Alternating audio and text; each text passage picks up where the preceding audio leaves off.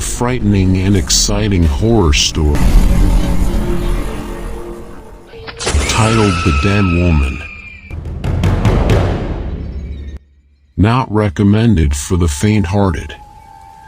A few years ago, I rented a house in the countryside. My neighbors were a married couple named Lisa and Michael. They had 2 young children, a boy and a girl. They were a nice, quiet family and pretty much kept to themselves. One night, I was awakened by a blood-curdling scream. It sounded like it was coming from the house next door. I jumped out of bed, threw on my dressing gown and ran downstairs. When I got to my front gate, 2 small figures came flying at me and almost knocked me off my feet.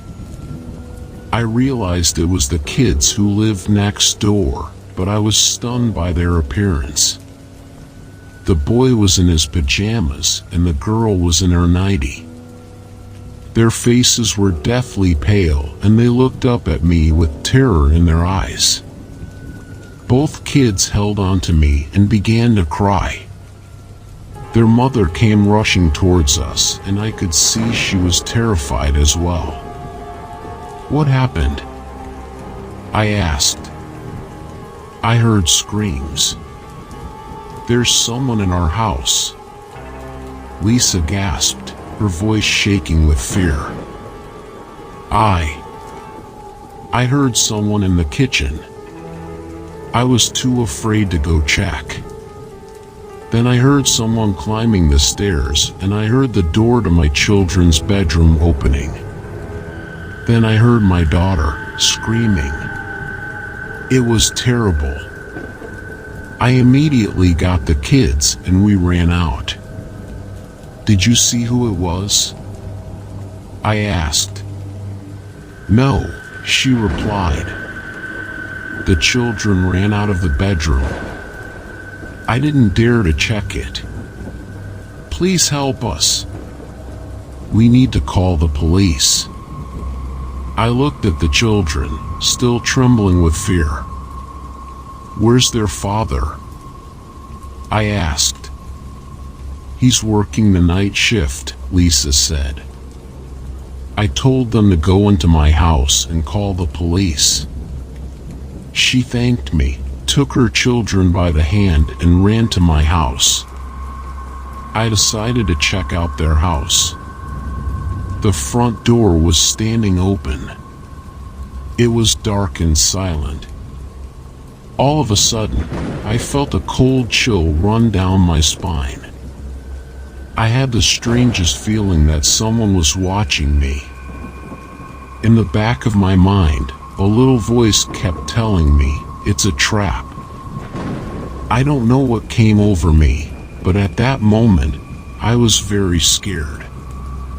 Scared of the unknown. Scared of what might be lurking inside the darkened house. "Pull yourself together," I muttered. "You're not a child anymore." I started to walk up the garden path, but then I saw something that made me stop in my tracks. Click! In one of the upstairs windows, the light suddenly came on. The house was supposed to be empty. I looked up at the lighted window, but I didn't see anything, just curtains blowing in the breeze.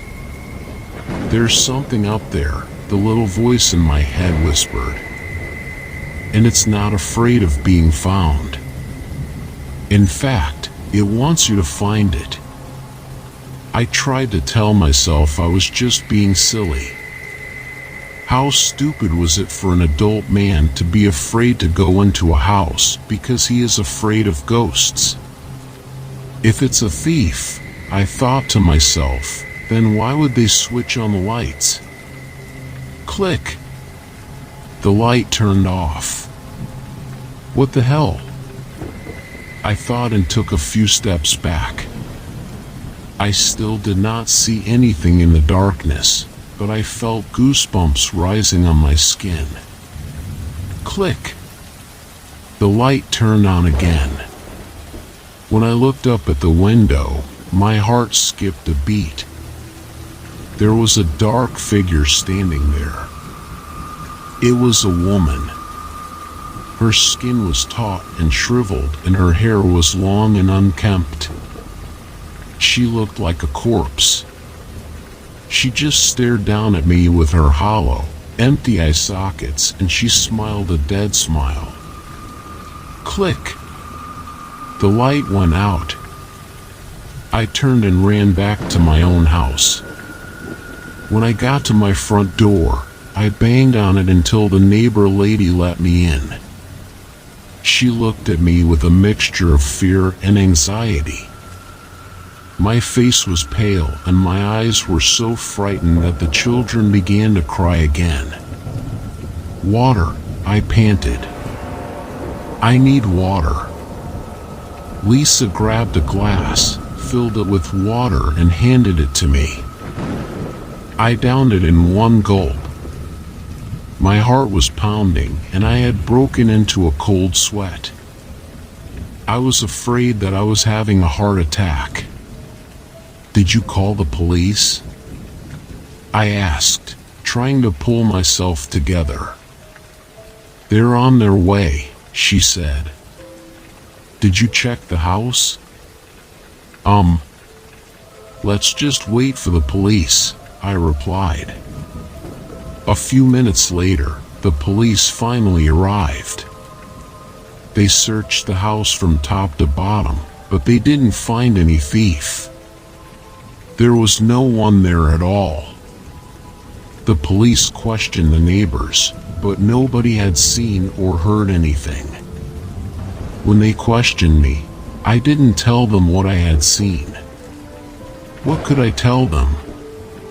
That I had seen a dead woman in the window, smiling an unearthly smile? Nobody would believe me. The police eventually finished up their business and left to take care of more important things. Around 7 o'clock in the morning, the woman's husband came home. The children were glad to see him, and together, the family returned to their house. I tried not to look at their house, especially at the upstairs window. After that crazy night, I began to have trouble sleeping. As soon as I closed my eyes, I would see the face of the dead woman. Then, life seemed to get back to normal. The neighbors gradually managed to forget all about the incident. No one screamed during the night, and I didn't see any dead bodies standing in windows. Everything seemed to be back on track and life was good.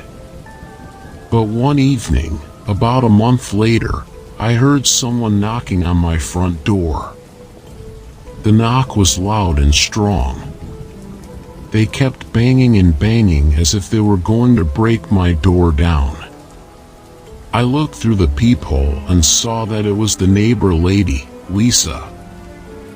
I opened the door and found her standing there, grinning at me. What happened? I asked. She didn't reply. She just smiled and walked straight past me. She went into my house and turned left, into the living room. She left me standing on the doorstep, dumbfounded. That fixed smile on her face unnerved me. It was so creepy, almost inhuman. It made me shiver from head to toe. It was dark outside and no birds were singing. I was about to follow her inside when I heard voices coming from the house next door. When I glanced over the fence, I saw the neighbor children playing in the front yard. Then, I froze. I could not believe what I was seeing. Lisa was there. She was standing there in her front yard, playing with the children. I couldn't move. It felt like my entire body was paralyzed with fear. The little voice in my head was asking only one question. If Lisa is over there, then who is in my living room? I didn't stop to check. I immediately ran to the house next door and asked my neighbors to call the police. 2 officers arrived and searched my house from top to bottom, but they didn't find a living soul. How could they? The only person in my house was a dead woman. The next morning, I left the house and I didn't come back. Now I live in a city where there are more live because the people mother and father of the family had gone insane. I heard that my former neighbors, they're such fools. Michael and my Lisa, friend laughed. moved out soon after They I thought left. that their house was haunted. I asked around, I and tried one to of my laugh friends along with said him, that the but I reason they couldn't moved even was muster a smile.